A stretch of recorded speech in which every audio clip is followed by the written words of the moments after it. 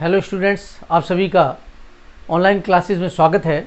आज आप पढ़ने वाले हैं 12th क्लास बहुलक, और इसमें जो टॉपिक होने वाला है वॉल्यूम नंबर 6 या लेक्चर नंबर 6 कह दो।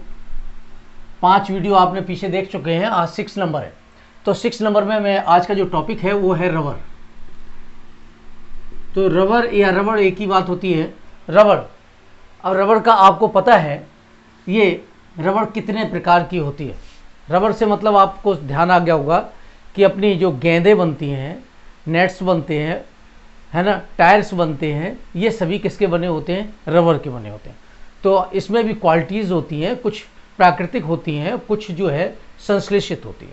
प्राकृतिक का मतलब क्या होता है? जो नेचर से प्राप्त होती है उसको हम लोग प्राकृतिक कह देते हैं, और जो बाहर से प्राप्त होती हैं, जो मानव द्वारा निर्मित होती हैं, उसको हम लोग क्या कह देते हैं? संश्लेषित कह देते हैं। जो संश्लेषित रबर होती है 1,3 बीटा डाइईन से ज़्यादातर मिल करके बनी हुई होती हैं, और उसी का अध्ययन हम लोग यहाँ पर करेंगे। तो रबर के लिए हम लोग बात कर दें कि ये है 2 प्रकार की है। आप लोग जैसा मैं लिख रहा हूँ इसी तरीके से आप लोग लिख लें, समय बिल्कुल बर्बाद ना करें, बहुत कीमती टाइम है। एक का नाम है प्राकृतिक बहुलक। बहुलक रबर है, बहुलकी का है, तो प्राकृतिक रबर लिख दिया मैंने यहाँ पर। और दूसरी है संश्लेषित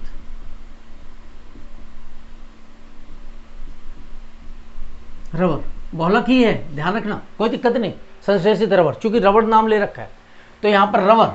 अब इसमें सबसे पहले जो शब्द आता है प्राकृतिक रबर। प्राकृतिक रबर का मतलब होता है हमें प्रकृति से प्राप्त करना है। हेविया ब्रेसिलियंसिस, हेविया ब्रेसिलियंसिस नाम का एक पौधा होता है, या गट्टा पार्चा, ये पौधों के नाम है। ये रबर के पौधे, किसके पौधे? रबर के पौधे। इसका मतलब क्या हो गया? ये अब आपके दिमाग में सेट हो रहा है कि रबर का कोई एक पेड़ है, प्लांट है, उसमें हमने कट लगा करके कोई रबर को हमने प्राप्त किया होगा।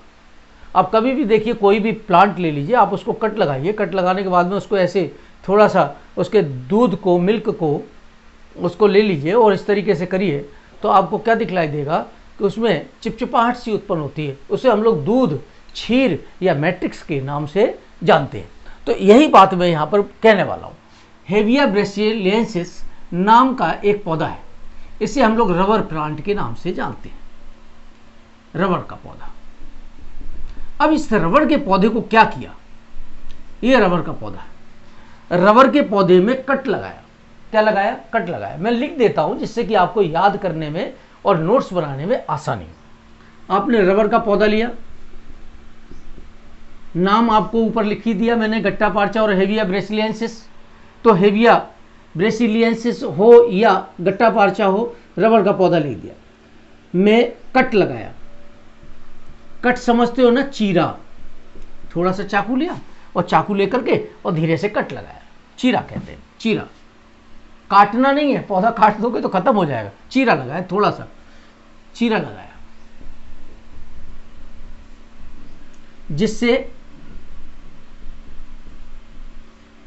क्षीर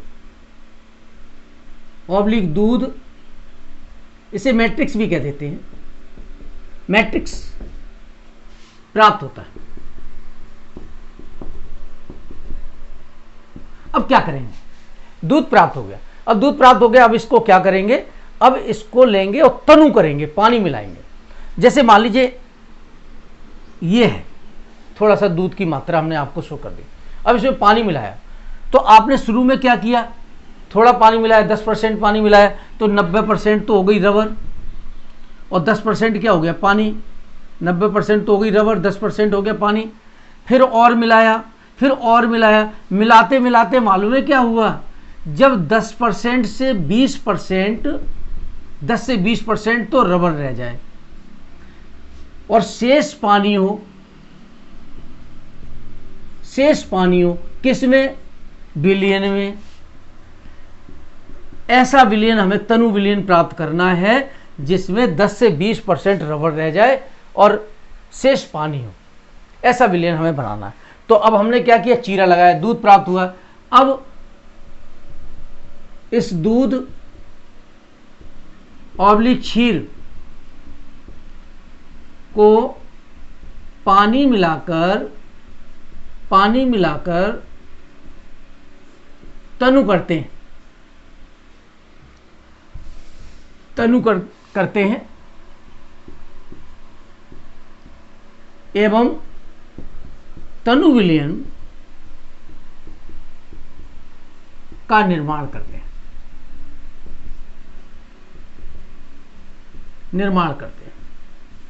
क्लियर हो गई बात। तनु विलयन का निर्माण करते हैं। इस तनु विलयन में मैं लिख देता हूं, इस तनु विलयन में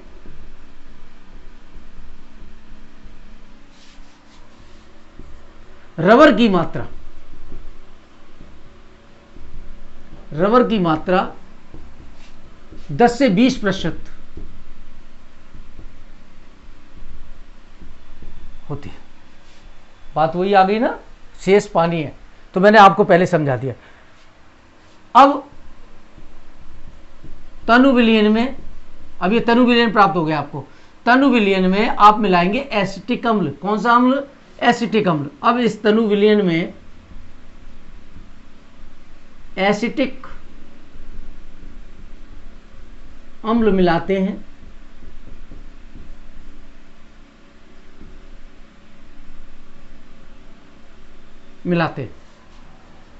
जिससे अब जैसे ही आपने एसिटिक अम्ल मिलाया ना, गाढ़ा पदार्थ जैसा जम जाएगा। क्यों? जो रबर के जो पार्टिकल्स है ना, पार्टिकल्स कह दो, कोलाइडी कण कह दो, ज़्यादा अच्छा रहेगा हिंदी में, कोलाइडी कण, उनका स्कंदन हो जाएगा, कोगुलेशन हो जाएगा, जम जाएंगे, इकट्ठे हो जाएंगे, तो जिससे रबर के कोलाइडी कणों का स्कंदन हो जाता है।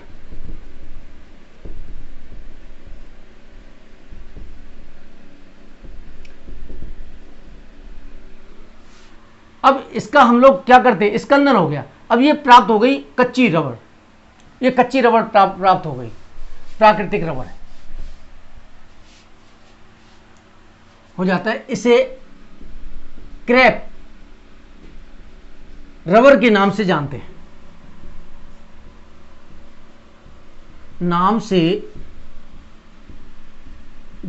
हैं, एवं इस रबर का उपयोग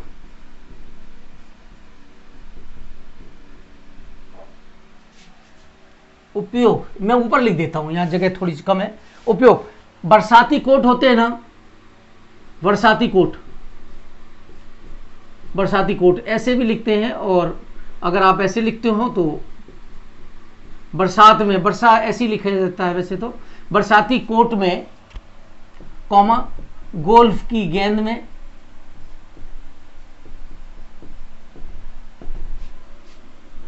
इत्यादि में कर दीजिए, इत्यादि में इसका प्रयोग करते हैं। ये मैंने लिख दिया जिससे आपको नोट्स बनाने में कोई दिक्कत ना हो। अब ये बात हो गई, बरसाती कोट में, गोल्फ की गेंद इत्यादि बनाने में इसका प्रयोग करते हैं। अब ये आपकी प्राकृतिक रबर आपकी प्राप्त हो गई। अब इसमें एक बात आती है, ये जो रबर है वो कमज़ोर है, बहुत ज़्यादा इलास्टिसिटी नहीं है, बहुत ज़्यादा हीट को क्या कह सकते हो आप, बहुत ज़्यादा हीट को सहन नहीं कर सकता है, ख़राब हो जाएगा, बार बार खींचोगे तो ये ख़राब हो जाएगा। ऐसी कई पोजीशंस हैं। तो इसका मतलब क्या हो गया, यह रबर, मैं लिख देता हूँ, यह रबर बहुत अच्छी क्वालिटी की नहीं होती, बहुत अच्छी क्वालिटी में लिख देते प्रत्यास्थता एवं ताप के प्रति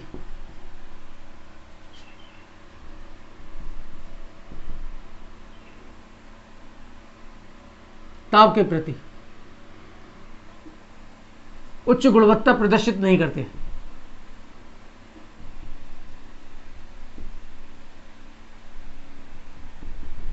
प्रदर्शित नहीं करते।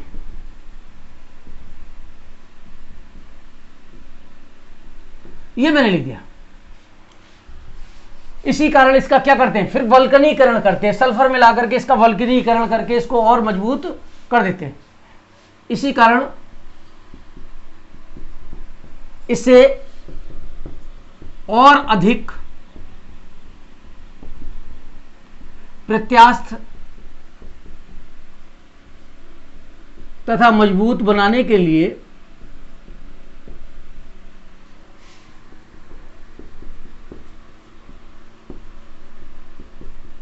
इसका वल्कनीकरण करते हैं। यह बात आपको समझ में आ गई होगी कि इसका वल्कनीकरण करते हैं। तो रबड़ का वल्कनीकरण गुडियर ने बताया था 1839 में, ये मैं आपको बतलाऊंगा। लेकिन अभी अपने जो टॉपिक है 12th लेवल का खास तौर से, उसमें समपक्ष और विपक्ष रूप कई बार पेपरों में आ जाता है, उसे भी हमें बतलाना जरूरी है। इससे पहले मैं आपको बतला दूं कि जो रबर है, प्राकृतिक रबर आइसोप्रीन का रेखिक बहुलक है। प्राकृतिक रबर मैं लिख देता हूं, प्राकृतिक रबर आइसोप्रीन, आइसोप्रीन क्या है, 1,3 ब्यूटाडाइईन, 1,3 ब्यूटाडाइईन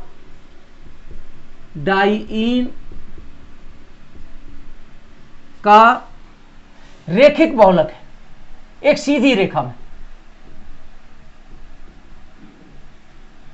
ये रेखिक बहुलक है।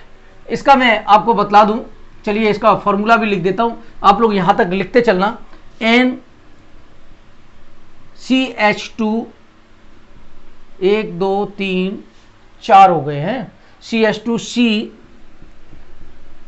CH3 ब्यूटाडाइईन आइसोप्रीन, अब 1,3, अब ये हो गया CH डबल बॉन्ड CH2 कर दे, ठीक है। अब कार्बन की बैलेंसी यहां पर 1 2 3 और 1 4, 1 2 3 और 1 4 बैलेंस हो गई। तो इसको हम लोग कह देते हैं आइसोप्रीन।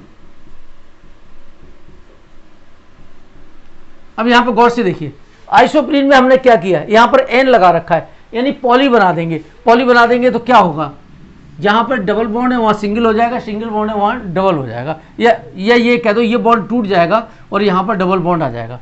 ये बॉन्ड इसलिए टूट जाएगा क्योंकि एक चेन बनाने के काम में आएगा। ये है मोनोमर, और मोनोमर का मतलब हो गया एकलक, और बहुलक बनाएगा। तो ये क्या बना गया, CH2 single bond CH3 double bond CH single bond CH2। अब देखिए ये N लगा दिया, इसका नाम हो गया पॉली आइसोप्रीन, पॉली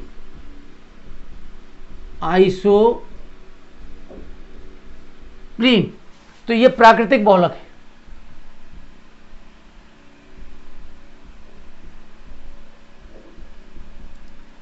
ये आपने देखा। अब ये प्राकृतिक बहुलक है, इसके भी 2 समावयवी होते हैं। ये यहां तक क्लियर हो गया होगा। तो मैं लिखता हूं, प्राकृतिक बहुलक के 2 समावयवी होते हैं।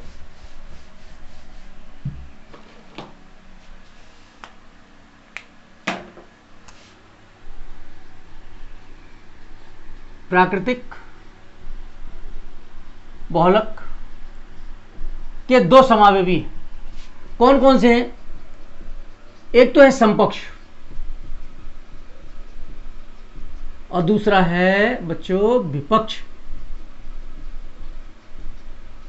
पेपरों में खासतौर से विपक्ष का, गट्टा पार्चा का बहुत ज्यादा आता है, तो मैं आपको लिख देता हूं। समपक्ष तो जो है ना आपका पॉली आइसोप्रीन प्रदर्शित कर रहा है, तो इसमें समपक्ष रूप भी है और गट्टा पार्चा विपक्ष रूप भी प्रदर्शित करता है।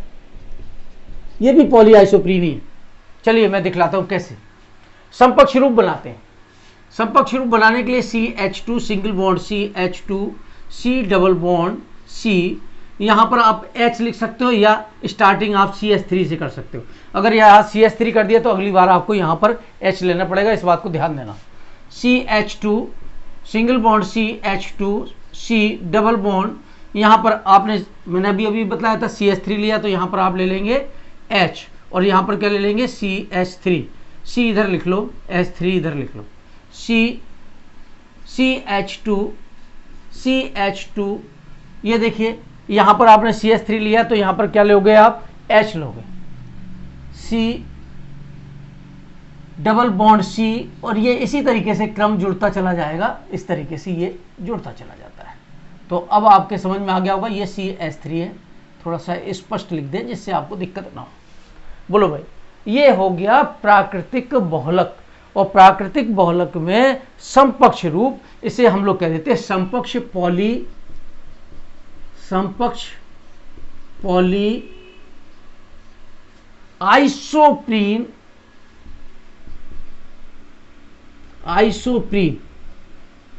इसका मतलब क्या हो गया, प्राकृतिक रबर है।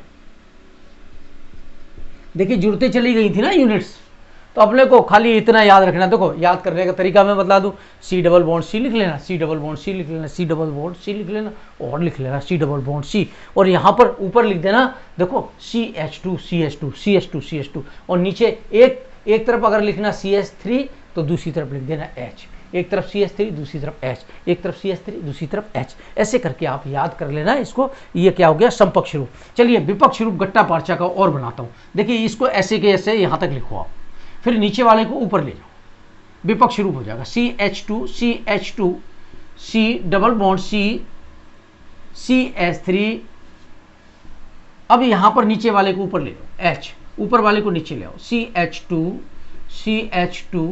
C डबल बॉन्ड C, अब देखिए ये CH3 था, ऊपर चला गया CH3, इसमें कोई चेंज मत करना, क्योंकि देखिए एक तो पक्ष रूप दूसरा विपक्ष, फिर एक पक्ष रूप, इसमें कोई चेंजिंग नहीं करना। CH2, C double bond C, CH3, यहाँ पर लगा दीजिए H। मेरी समझ से कार्बन की वैलेंसी सभी जगह संतुष्ट है, कई बार जल्दबाजी में गलती हो जाती है, बाकी है नहीं, ध्यान देना। CH3, C इसी तरीके से जोड़ते चले जाएंगे। क्या जोड़ेंगे, चलो मैं बतला देता हूं, H, और नीचे आ गया CH2, ये आया, और ये फिर वही C और डबल बॉन्ड करके जोड़ते चले जाते। तो चेन कितनी बड़ी हो सकती, क्योंकि ये एक बहुलक है, तो यहाँ पे समपक्ष पॉली आइसोप्रीन रबर था, और ये एक विपक्ष रूप था, इसे हम लोग कह देते हैं विपक्ष पॉली आइसोप्रीन, विपक्ष पॉली आइसोप्रीन, गट्टा पार्चा नाम भी दे देते हैं, गट्टा पार्चा। बहुत पहले एक बार नाम गट्टा पार्चा से ही आ गया था कि गट्टा पार्चा का स्ट्रक्चर बनाओ। गट्टा पार्चा का मतलब सिर्फ यही था कि विपक्ष रूप आपको बनाना था। अब पीछे हमारी बात चली थी कि हम लोग प्राकृतिक रबड़ लेते हैं, प्राकृतिक रबड़ लेकर के उसका वल्कनीकरण करते हैं। वल्कनीकरण कैसे करते हैं,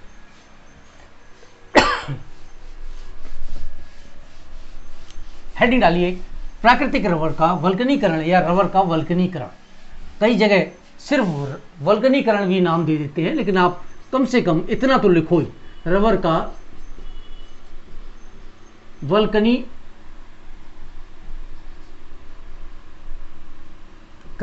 वल्कनाइजेशन कहते हैं इसको। अब अपने एक गुडियर साहब थे, गुडियर के टायर आते हैं, गुडियर। तो जो गुडियर थे,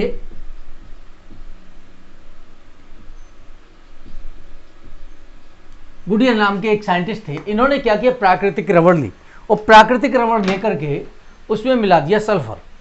तो सल्फर के जो क्रॉस बंध बन गए, उससे बहुत मजबूत रबड़ बन गई। जो रबड़ कमजोर थी, खींचने पर टूट सकती थी, इलास्टिसिटी बहुत अच्छी नहीं थी, उसी के इन्होंने बना दिए टायर। आपने देखा है ट्रकों में मेरी समझ से 20-50 टन तक, 40 टन तक, 20 टन, 10 टन, जैसे भी लोडिंग वाली क्षमता होती है, बड़े बड़े टायर लगे हुए होते हैं, बहुत भारी भारी क्रेनों में टायर लगे होते हैं। वो सभी किससे बनाए थे, रबड़ का वल्कनीकरण करके बनाया था। सर्वप्रथम बनाया किसने था, गुडियर ने। तो इसको आप जरूर याद कर लेना, गुडियर ने 1839 में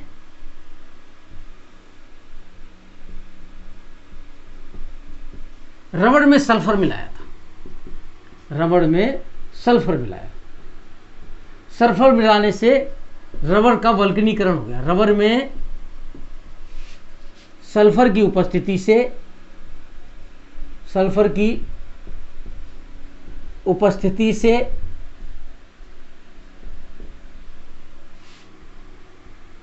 मजबूत क्रॉस बंध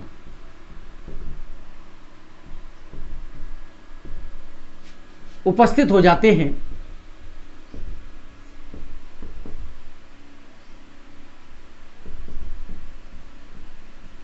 जिससे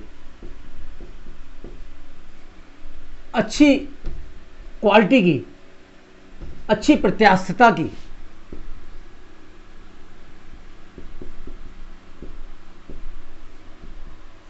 अच्छी गुणवत्ता की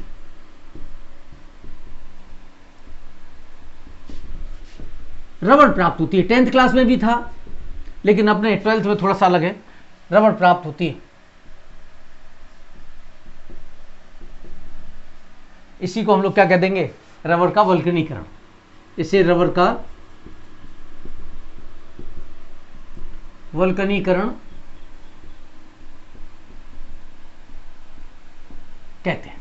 एक चीज क्लियर हो गई, रबड़ का वल्कनीकरण कहते हैं। अब इसका डायग्राम देखता हूं। डायग्राम बनाने के लिए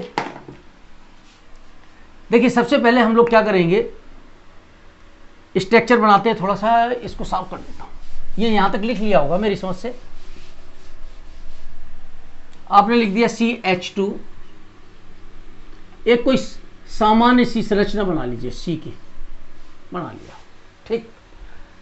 यहां S लगा दो। मैं अभी आपको बतलाता हूं कैसे आप करेंगे। S लगा दिया, ये C लगा दिया। फिर इसके बाद में इसको भर देंगे, कोई बात। CH2, यहाँ S लगा दो, यहाँ C लगा दो, ये C लगा दो। इतना काम हमने अपना कर लिया। अब कार्बन की हमें बैलेंसी संतुलित करनी है। यहाँ पर लगा दीजिए CH3, यहाँ पर भी आप लगा दीजिए CH3, और CH3 ना लगाओ तो CH लगा दो। इतना आपको काम करना है। यहाँ पर आप कोई बात नहीं, H लगाना चाहो H लगा दो, यहाँ पर H लगाना चाहो H लगा दो, यहाँ पर आप CH2 लगा दो, CH2 लगा दो। ये शो कर दो कि ये चेन आगे जा रही है। इसका मतलब क्या है, ये इसका मतलब ये चेन आगे जा रही है और नीचे ऊपर इस तरीके से इसको बढ़ सकता है। अगर यहाँ पर CH2 कर दो तो नीचे भी बढ़ता है। और जो S है, इनका नाम है क्रॉस बंध। इसका नाम है क्रॉस बंध।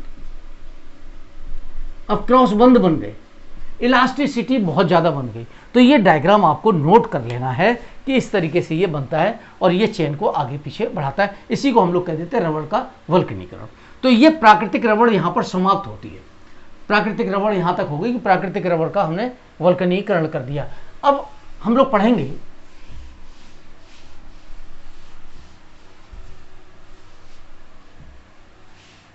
दूसरा भाग। 2 नंबर में है संश्लेषित रबड़। संश्लेषित रबड़, संश्लेषित रबड़ क्या है? संश्लेषित रबड़ यानी मानव द्वारा संश्लेषण की जाती हो। तो मानव द्वारा 1,3 ब्यूटाडाइईन के सहयोग से, यानी इसको मिलाकर के व्युत्पन्नों से बनाते हैं। मानव द्वारा 1,3 ब्यूटाडाइईन के व्युत्पन्नों से संश्लेषित रबड़ का निर्माण किया जाता है। इसका डिटेल हम लोग लेंगे, यहां पर किया जाता है। एग्जाम्पल ले सकते हैं, ब्यूनाएन है। मैं पहले नाम लिख देता हूं 2-3, जिससे आपको याद रह जाए। ब्यूनाएन, ब्यूनाएस, पॉलीब्यूटाडाइईन,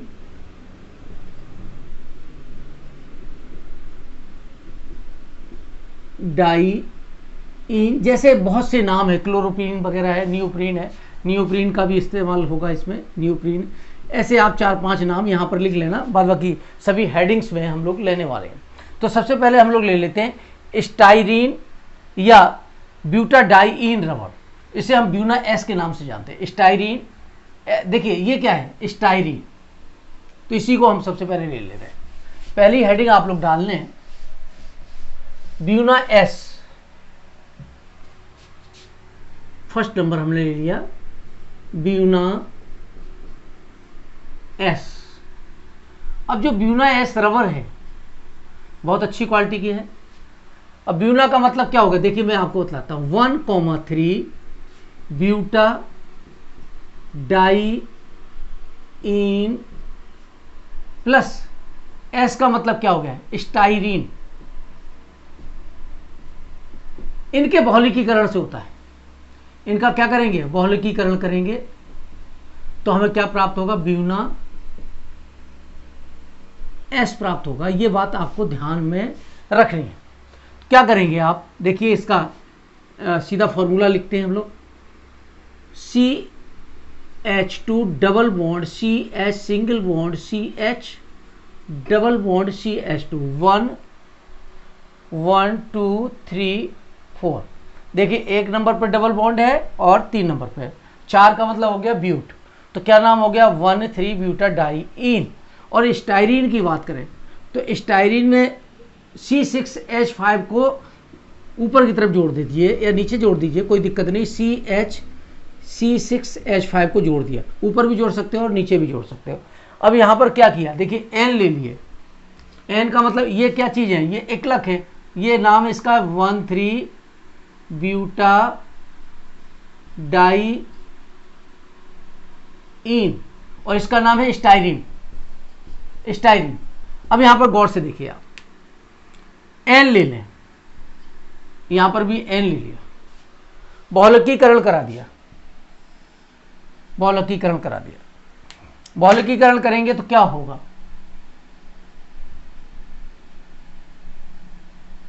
बहुलकीकरण करेंगे, बहुलकीकरण करेंगे, देखिए जहां पर डबल बॉन्ड है वहां तो हो जाएगा सिंगल बॉन्ड जनरेट, यानी पाई बॉन्ड टूटेगा।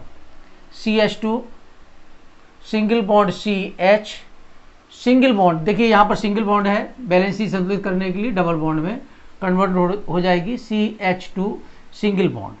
यहाँ पे आप लगा दीजिए ब्रैकेट, देखिए यहाँ तक आप आ गए। अब इसमें आ जाएंगे CH2, ये भी सिंगल बॉन्ड हो गया, CH C6H5 और देखिए ये सिंगल बॉन्ड लग गया, यानी एकलक, बहुत से एकलक मिलकर के बहुलक का निर्माण कर रहे हैं। यहाँ पर हो गया N, तो हमने यहाँ पे लिख दिया बहुलकीकरण, सिर्फ समझने के लिए। तो देखिए ये क्या बन गया, इसका नाम है ब्यूटाडाइन एंड स्टाइरीन, यानी Buena S, Buena S rubber हो गया। इसका उपयोग क्या करेंगे, अच्छी क्वालिटी है, इसका उपयोग टायर में भी कर सकते हैं, मैं यहाँ पर लिख दे रहा हूँ, उपयोग टायर में हो सकता है, जूतों में हो सकता है, जूतों में भी होता है, जूते में भी होता है, तो मैं किया जाता है, ये मैंने आपको लिख दिया। ये चीज आपको क्लियर होगी। अगर हम लोग यहां पर बात कर देते ब्यूना एन की, ब्यूना एस हो गया, अगर हम लोग ब्यूना एन की बात करते, देखिए मैं इसको साफ कर रहा हूं, एक लाइन में समझाऊंगा। ब्यूना एस हो गया, सॉरी ब्यूना एन, एन कहना चाहिए, ब्यूना एन, एन की बात करेंगे। अब ब्यूना एन,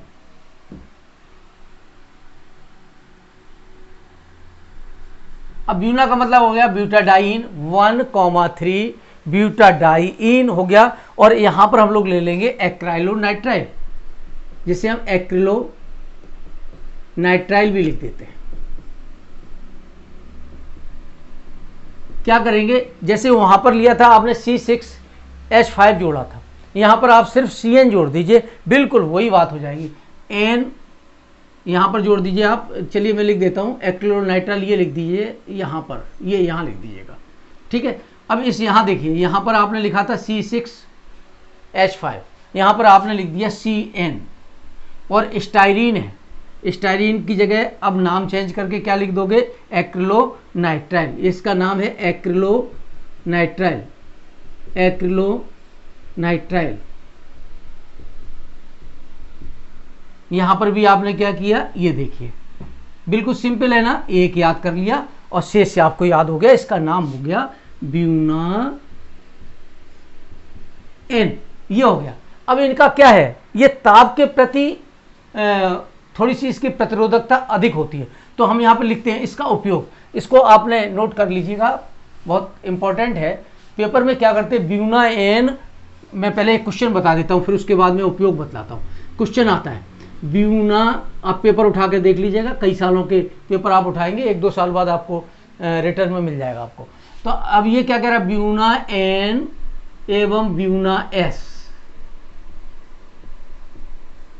को समझाइए, बनाइए, चित्र बनाइए, बहुलक को समझाइए, इस तरीके से नाम तो आपको दे दिए, आगे कुछ भी वो जोड़ दें।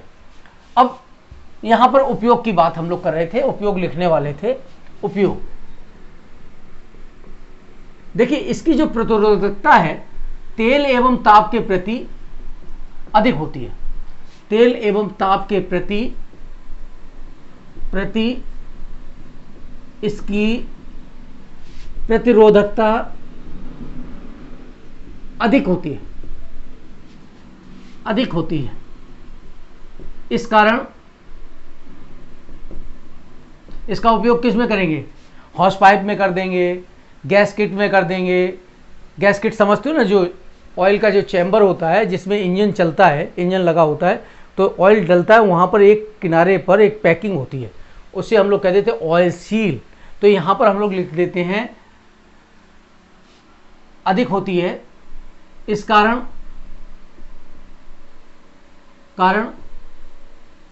इसका उपयोग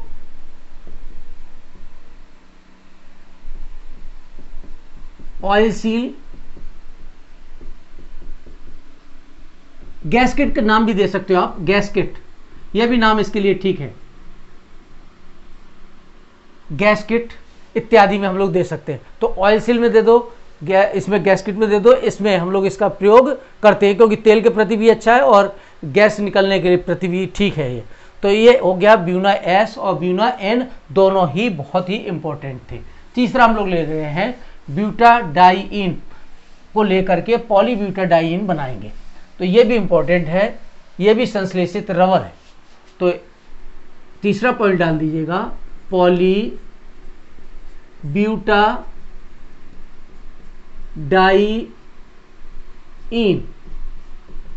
अब क्या किया, ब्यूटाडाइइन का बहुलकीकरण कराया, किसका, 1,3 ब्यूटाडाइइन के बहुलकीकरण से इसको प्राप्त करते हैं, बिल्कुल सिंपल लैंग्वेज में मैं आपको पढ़ा रहा हूं क्योंकि लिखना जरूरी है, ये टॉपिक ही ऐसे हैं जिसमें हमें लिखना पड़ता है। चलिए मैं बनाता हूं, CH2 double bond CH single bond CH double bond CH2, क्या नाम हो गया, 1,3 ब्यूटाडाइइन, एन लगा दीजिए, बहुलकीकरण कर दीजिए। बहुलकीकरण कर दिया, देखिए बिल्कुल सिंपल है, मैं यहाँ लिख देता हूँ CH2 single bond CH double bond CH single bond CH2, क्योंकि डबल बॉन्ड एक जगह आ जाएगा, सिंगल बॉन्ड, ये हो गया। अब यहाँ पर एन लगाया था, बहुलकीकरण हो गया, ये हो गया, इसका नाम क्या हो गया, पॉलीब्यूटाडाइइन, पॉलीब्यूटाडाइइन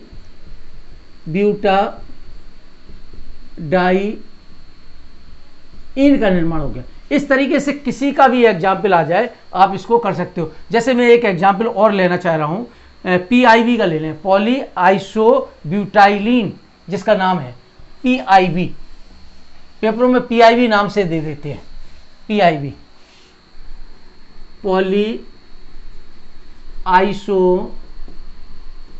आइसोब्यूटाइलिन। चलिए इसका निर्माण करते हैं, कैसे करेंगे, आइसोब्यूटाइलिन ले लीजिए। अब आइसोब्यूटाइलिन कैसे लोगे, NCH2 डबल बॉन्ड CH3 जोड़ दीजिए, बन गया आइसोब्यूटाइलिन, आइसोब्यूटाइलिन। बहुलीकरण कर दीजिए, समबहुलीकरण होगा, बहुलीकरण, सम शब्द नहीं लिखा कहीं आप कंफ्यूज ना हो जाए, इसलिए यहां पर हो गया CH2 सिंगल बॉन्ड C, अब यहां पर तो H है ही नहीं, कोई बात नहीं,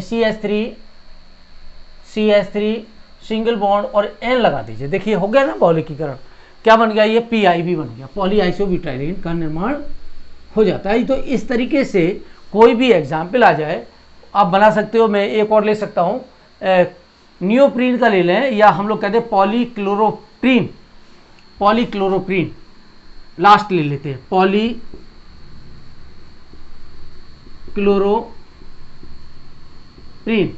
मैंने फर्स्ट वीडियो में ऐसे बहुत से आपको एग्जाम्पल्स बतलाए थे, लेकिन रबड़ के नाम पर वहाँ पर बात नहीं हुई थी, बहुलकों के नाम पर बहुत सी बातें हुई थी। तो अगर हम लोग यहाँ पर क्या करें, पॉलीक्लोरोप्रीन ले लें। अब क्लोरोप्रीन फॉर्मूला क्या बनेगा, CH2 single bond, sorry single bond नहीं, डबल बॉन्ड CCl। अब कार्बन के देखिए कितने हो गए, 1 2 3, तो यहाँ पर हमें लगाना पड़ेगा सिंगल बॉन्ड C, 1 2 3 और 1 4, CH डबल बॉन्ड CH2। तो इसका नाम क्या हो गया, इसका नाम हो गया क्लोरोप्रीन। तो 2 क्लोरो 1,3 ब्यूटाडाइईन। तो इसमें इसका ये नाम है, इसको हम N ले लेते हैं। N लेते ही इसका बहुलकीकरण करेंगे, तो बहुलकीकरण करते ही क्या बन गया, देखिए जहाँ डबल बॉन्ड है, जहाँ डबल बॉन्ड है वहाँ तो बन जाएगा सिंगल बॉन्ड, सिंगल का डबल हो जाएगा। तो यहाँ पर ये बन गया जाकर के CH2 बनाते हैं, सिंगल बॉन्ड CCl। अब Cl इसके बीच में बना दीजिए double bond CH single bond. अब देखिए 1 2 3 और 1 4। विशेष ध्यान रखना बच्चों, क्योंकि हम लोगों से भी कई बार चूक होने के चांसेस होते हैं। अब ये बहुलकीकरण हो गया, तो अब आप इसको चाहो तो आप लिख देना, 2 नंबर पे क्लोरो है तो इसका नाम क्या हो जाएगा, 2 क्लोरो 1,3 ब्यूटा, हिंदी में लिख देता हूँ, 2 क्लोरो 1,3 ब्यूटा डाइईन। ये हो गया। इसका आप लोग क्या कह सकते हो, क्लोरोप्रीन, क्लोरोप्रीन। अब यहां पर ये क्या बन गया, पॉलीक्लोरोप्रीन। अब हम लोग इसको जो है, सॉरी ये कट गया, इसको क्लोरोप्रीन। अब देखिए यहां पर जो है ना, इसका नाम नियोप्रीन लिख सकते हो आप, नियोप्रीन। तो बच्चों ये इस तरीके से हम लोग रबड़ का अध्ययन करते हैं, रबड़ का हम लोग अपने दैनिक जीवन में प्रयोग करते हैं। तो आप लोग इसको बिल्कुल साधारण तरीके से याद करें और 2-3 बार लिख लेंगे तो आपको याद हो जाएगा। Thank you very much.